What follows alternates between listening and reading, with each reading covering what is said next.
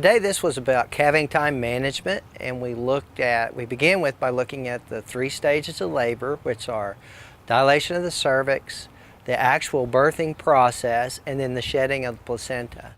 Most heifers be able to make good progress on having a calf within an hour of starting labor, and you would expect most adult beef cattle to have their calf within about 30 minutes of first being able to see feet or a water bag or anything like that. And we went through some of the different positionings that the calf could be in, whether that be normal with nose and feet pointed out, or some of the abnormal things that might have to be corrected to successfully deliver the calf.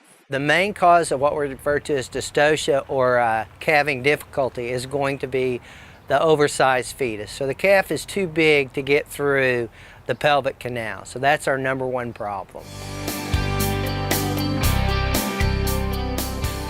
Loop the chain above the ankle and use a half hitch below the ankle. This distributes the point of pull to reduce the potential of fracturing a fetal limb during delivery.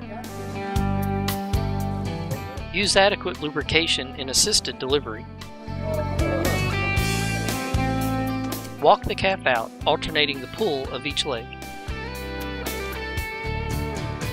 Pull one leg at a time in an upward direction to deliver the calf beyond its shoulders.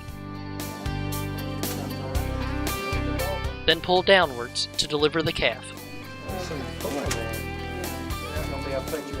If progress isn't made after working to get the calf out for 30 minutes, get professional help immediately. After delivery, check for a heartbeat by placing hands on the lower chest just behind the front limbs. After delivering a live calf, open the airway for breathing. Use a dry towel to wipe off the excess mucus. Stimulate breathing by placing a piece of hay in the nostril to initiate a sneeze and clear the airway. After the calf is breathing and stable, treat its umbilical cord with a minimum 2% solution of iodine to prevent illness. Make sure the calf drinks 1 to 2 quarts of colostrum within the first 6 hours of life. Re-examine the birth canal to check for any additional fetus. Also examine the posterior birth canal for excessive tearing or bruising.